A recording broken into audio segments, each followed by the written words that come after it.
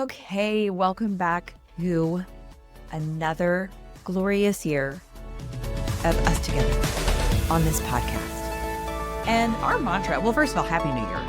Happy freaking New Year. It is 2026. Congrats. We made it through 2025. I don't know about you, but I'm ready to ring in 2026. And my mantra for this year, it's simple. 2026, I choose me. And when I say that, I don't mean that I want to ignore everybody else or that I'm going to get in the car and drive away and, skirt my responsibilities or forget about my kids or do anything like that. I'm not burning bridges or becoming selfish. I mean, more that I want to stay true to myself, that I want to listen to my gut before I let ego and conditioning and other people's voices start to elbow me out the way. Because most of us don't leave other people. We end up leaving ourselves. And that's what I really want us to focus on in the new year, because I think we are so much more wise than we give ourselves credit for. So happy freaking new year, you gorgeous badass. If you've been around here for a while, you know that I detest New Year's resolutions. I'm not here for them. I'm not a fan. And I'm not going to do a podcast to help you set them. In my experience, personally and professionally, resolutions often shame the shit out of us and they make us feel bad about ourselves and they set us up for some failure. Well, one, I don't know why, when I'm recording this, it's Thursday, January 1st. Why am I a different person today than I was on Wednesday, December 31st? So why is it all of a sudden that I could wake up today and start, training to run a marathon versus yesterday? I'm going to take a sip of my coffee. So if you're with me on the YouTube, cheers. Take a sip of whatever you're drinking with me. But New Year's resolutions, there's this interesting energy behind them. They quietly, like secretly tell our brain and our heart that we're not good enough yet. And so we roll in and we ride this momentum for a few weeks that, okay, I'm going to do it. I'm going to run the marathon. I'm going to go without sugar. I'm going to do the pull-ups. I'm going to become this new person this year. And it feels freaking exciting. We love the hope and the possibility, and it's really attractive and everybody else is doing it. You turn on the TV and everybody's joining new gym memberships and it's so exciting. But what happens is it crashes. Most resolutions don't fail because we're lazy. They fail because they're rooted in ego and fear and shame and shooting the shit out of ourselves versus it being a soul goal, versus it being like a truth coming from our gut. And they're coming from the conscious mind, from the ego, not the body. So they're coming from fear, not our heart. So what if 2026 isn't about the year that you fix yourself because you're not broken? But it's the year that we stop abandoning ourselves. What if you didn't become someone new or someone different? Because honestly, you're already pretty freaking awesome. But what if this is the year you let yourself be who you already are? Like you really let your freak flag fly, right? Like I've always thought that each of us has our own flag. Like I want us to just stake that in the ground and let it fly because we are each unique individuals. Let's unleash that and share that with each other. Like no more filtering, no more contorting so that people like us, no more holding back and, second guessing ourselves, because truth is we don't need another habit, another to-do list, another plan, another version of ourselves that performs better for the world. You need you, the real one, the honest one. I mean, more than ever with all the AI that's going around, like we're literally going to be living with cyborgs and robots before we know it. So let's get some real ass humanity going on in here. And I want the real you, the one who's done shrinking so everyone else stays comfortable, right? It's not about us becoming more. It's about us choosing ourselves. And, as we're about to be flooded, right? This year begins, we're flooded with the same questions like, okay, what are your goals for this year? What are your resolutions? What are you going to accomplish? Who are you going to become this year? What goals are you setting? What race are you going to run? How much weight are you going to lose? How much money are you going to make? Whose system are you going to buy to make yourself better? And listen, I love growth. I love ambitions. I love that spark in each of us that says, like, yes, I can climb that freaking mountain. And I think getting really specific on, like, you want to make more money? Get really specific. We talked about this before. Our subconscious mind loves specificity. The more specific, the better. I'll give you an example. If you wake up and say, I want to make more money in 2026, and then you walk outside today and you find a penny, your subconscious mind is going to be like, oh, it's it. That's more money than we had yesterday. So if one of your goals and dreams from your heart is to make more money, then you want to get specific. Like, oh, I want to make a gazillion dollars. I want to make this much money and I'm going to do it by this and this and this. Get specific. I love freaking specific goals that come from a place of excitement, not shame. I love turning the page on a new year. It's like that fresh notebook. I'm a Libra. It's very Libra to have like a clean slate. Like crack open that fresh notebook with the pieces of paper and you just get to write. It's like your ballpoint pen. It's so exciting. But I'm trying to break this down a little bit differently. I want us to look at all of this from a fresh lens. It's like I want us, okay, yes, we're rolling into 2026. It's all about opportunity, possibility, hope, stretching ourselves, stepping outside the comfort zone, embarking on our journeys, helping us expand into the humans and the highest potential self that we can all possibly be. Abso-freaking-lutely. But I want us to take off the current lens that we've been looking at from this point on and put on a new lens. I want to look at it a little bit differently. You can achieve anything. You can climb any mountain, your mountain, but you're going to be able to do it more easily when you're doing it your way, when you're more yourself, when you are following your rules, not somebody else's rules, when you let go of the politeness, when you let go of the, hey, quote, let me check on this first, when you let go of the performing, when you put the phone down, when you roll up your sleeves and you ask yourself, if there was no one watching, if there was no rule book, no social media, no one to compare myself to, no parent, no mother-in-law, no best friend, no, Oprah or Mel Robbins or anybody that I compare myself and stretch to, how would I want to approach this? How would I want to go after this if it was just me, myself, and I? Because I bet deep down, you already have everything you need. And when you listen to what feels right to you, what lights you up, things are going to take less energy, not more. And you will likely be able to stick to it because you're doing it in a way that feels good to you so that your truth becomes the way. You know yourself better than everybody. You know what you like. You know what you don't like. You know your hell yeses. You know your hell nos. That's your blueprint. Those are there to guide you. And what we want to do is to take those and actually say, oh my gosh, I don't need to shrink my yeses and nos and try and change those and adjust those. Those are my lighthouse. Those are going to help me get to where I want to go this year that much easier, that much faster. So you being you becomes the way. So what does this actually look like? What does actually choosing yourself look like in 2026? Not in theory, but in real life. I'll give you an example. If you can see me online, I'm wearing this like super duper bright pink knitted sweater from Mr. Mittens. I love Mr. Mittens. It is so bright. And I had somebody come help me do my closet to help me find the clothes that were the right fit for me, the right fit for my body, the right aesthetic. And when she saw this sweater, she was like, girl, what were you thinking? And I was like, oh, I don't know. I was just emotionally pulled when I saw this sweater. I just really wanted it. She was like, no, you look like a popsicle. You can't wear this sweater. And I thought, oh my gosh, I'm so glad someone told me I can't wear this sweater. I must look ridiculous. But I didn't get rid of it. She wanted me to get rid of it, but I didn't get rid of it for a couple of reasons. One, Mr. Mittens, freaking overpriced. And I knew how much I spent on the sweater. But there was a little voice inside of me that said, wait, we waited to afford Mr. Mittens. This was such a big deal. And we've always kind of liked bubblegum pink. And just don't throw it away. Just there was this little voice that said, like, don't throw it away.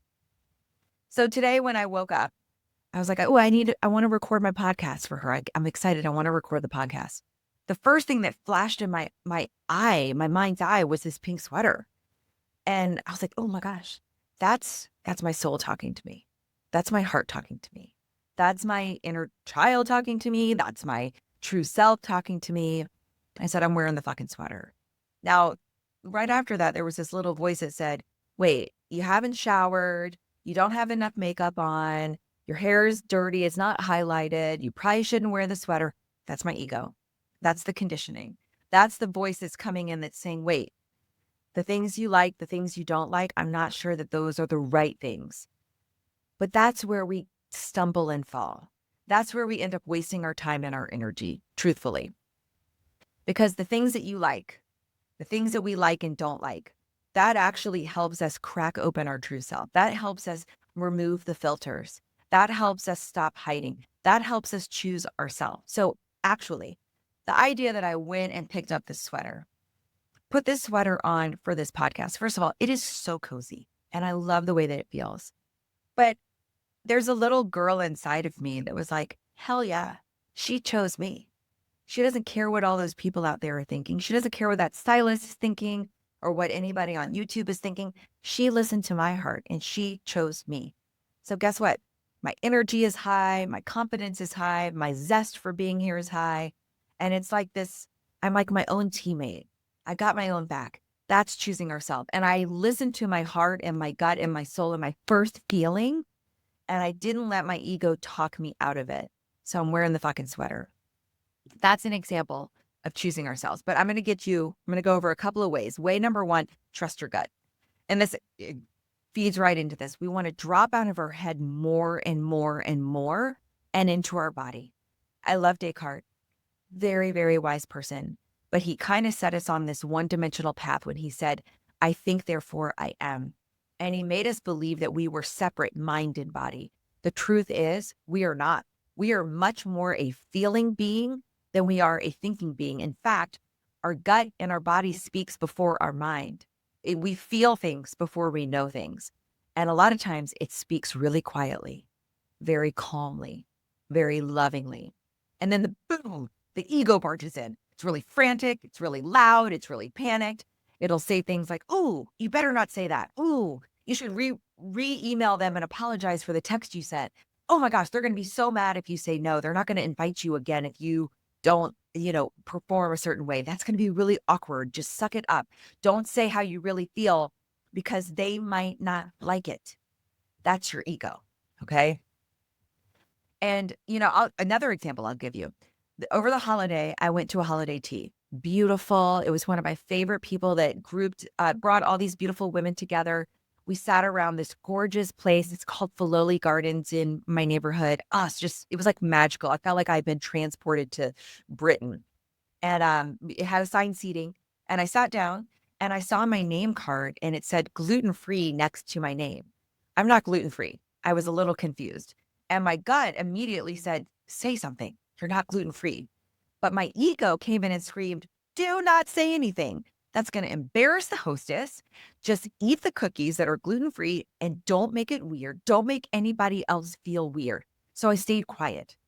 10 minutes later, the hostess came over and said, wait, you're not gluten-free, are you? I was like, no.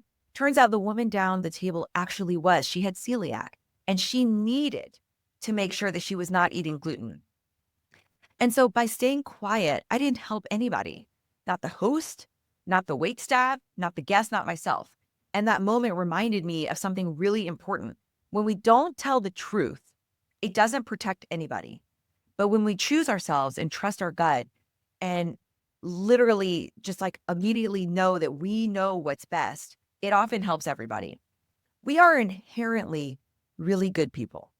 Our hearts are not the problem. Many of us have learned early, I learned early that being ourselves could upset other people. And so that felt really unsafe for our nervous system. That's not your fault. And it doesn't have to stay that way. When something feels off, say something. When something is true, let it be known. And each time you do that and you see that telling the truth is actually going to create safety and love, Your nervous system learns from you that it's safe to trust myself. You will then rewrite the belief from when I am myself, people get upset, to when I am myself, the world is a safe and loving place. Way number two, stop explaining ourselves in 2026. In 2026, choosing yourself means you stop over explaining. You don't need a PowerPoint when you say the word no. You don't need a 3-paragraph justification. You don't need to share your entire schedule to make your boundary valid. Over explaining, it's fear. It's fear and shame and worry. And it's dressed up as politeness. It's dressed up as justification, right? It's us trying to manage other people's reactions so that we feel safe. When we say no, we're worried somebody's going to get mad at us. They're going to come at us and say, wait, why can't you come to this party? Or they're going to talk about us bad behind our back. First of all, if somebody questions you or talks shit about you behind their back, this is the year in 2026 you say, you're not my people. Because when something is true, it doesn't require you to defend yourself. A simple, this doesn't work for me. I'm not available. I'm choosing something different. That's enough. No, saying the word no is enough. That panic you feel after saying that panic you feel after saying the word no, that's not your gut. That's not intuition. That's your inner child worrying that she's going to get in trouble. That's your nervous system based on past evidence that when you say no, you're not safe. In 2026, let's teach our nervous system and our inner child that it's safe for us to tell the truth and to set boundaries. Because we don't need justification. What she needs is you saying to your inner child, who's always with you, by the way, I've got you. I'm the adult now, and you're safe. When you stop explaining, you learn who your people are. You learn the ones that can handle your nose, who can hold space for your emotions. The ones who trust your word will stay with you. The ones who don't, they weren't your people anyway. It's like clean the freaking palate. Way number 3, let yourself want what you freaking want. This one is big. Just like I wanted to wear the pink sweater. Being yourself means you stop editing, you stop filtering, you stop squashing your desires so they sound reasonable to other people or they sound acceptable and appropriate. I told my dad I was a life coach and he was like, what is that? Is that even a real career? He didn't believe it. He needed to see my certification in order to believe that it was a real business. And I was like, why do I have to justify this so that you think what I want is acceptable? But I grew up in the South. I was programmed for a kid that you are seen, especially a girl, you're seen and not heard, and you better look the part. You better fit in. I remember coming home from college. I had piercings all up and down my ears. I think I had like 4 on one ear and like pierced up in the cartilage and 3 on the other ear. I have those actually again. And my mom, we were heading to the country club. And so she told me, she's like, take them out because I don't want people to see them or think badly of us. And so I did, because I was a 19-year-old. I didn't know how to talk back to people. I didn't know how to set that boundary. I didn't know how to speak up for myself. And my nervous system thought, oh my gosh, if people think badly of me, I won't be accepted. I won't belong. I won't be safe. So I was receiving this message. If I am myself and if I do the things I want to do, I won't be loved. I won't be accepted. I won't be approved of. So the message landed, what you like isn't approved. Being you isn't safe. That kind of conditioning teaches us to gaslight ourselves forever. And it happens in our fashion. It happens in our relationships and who we choose to love. It happens in our music. It happens in our food. It happens in the way we move our bodies. It happens in the way we love our bodies. And like, if we punish our bodies, if we, it just happens, it trickles into everything. And then it'll trickle into how we raise our kids. And we get into the habit of minimizing ourselves in order to feel like we are justified and belonged and loved. And so we end up hiding. But wanting more doesn't make you ungrateful. Wanting different things and wanting what you truly want doesn't make you disloyal. And you feeling good and having happiness and finding your style, that doesn't make you unlovable, and it doesn't make you selfish, and it doesn't make us a bad girl, right? Our desires, the things we like, the things we don't like, our hell yeses and our hell nos, that's information. It tells us who we are. And in a world full of freaking AI and automation, I mean, gosh, I picked up Instagram the other day and I was looking at this precious golden retriever. And my kids were like, Mom, that's AI. I mean, the dogs aren't even real all the time.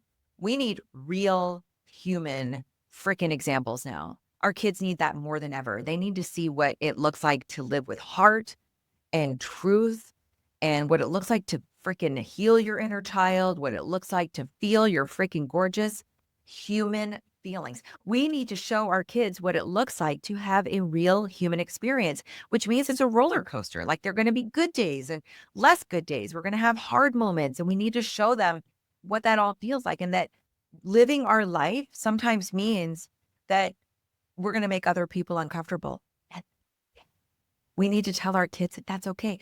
We're not here to quiet ourselves and to make ourselves shrink so that everybody else feels better. We're not here to please everybody else. We're here to live our life. And when we live our true life, then the people that are meant for us can find us. That's what we want to show them. I get really fired up about this. And, in 2026, everybody's talking about manifesting the life of your dreams. You manifest not from your conscious mind, you manifest from your subconscious mind, from your heart, from your uniqueness. And there's healing that has to come from that.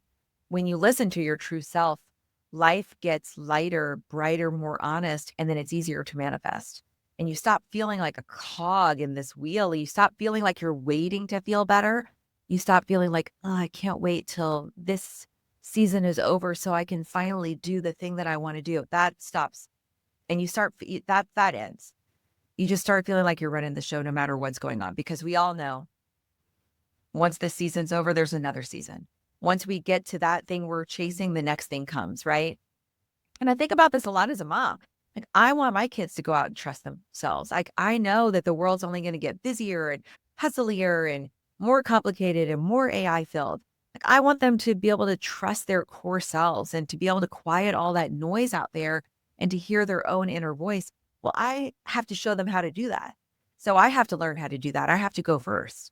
And I know what happens when people don't live true to themselves. It doesn't get better with time. You don't heal and then go live your dream life. You heal by living your true life.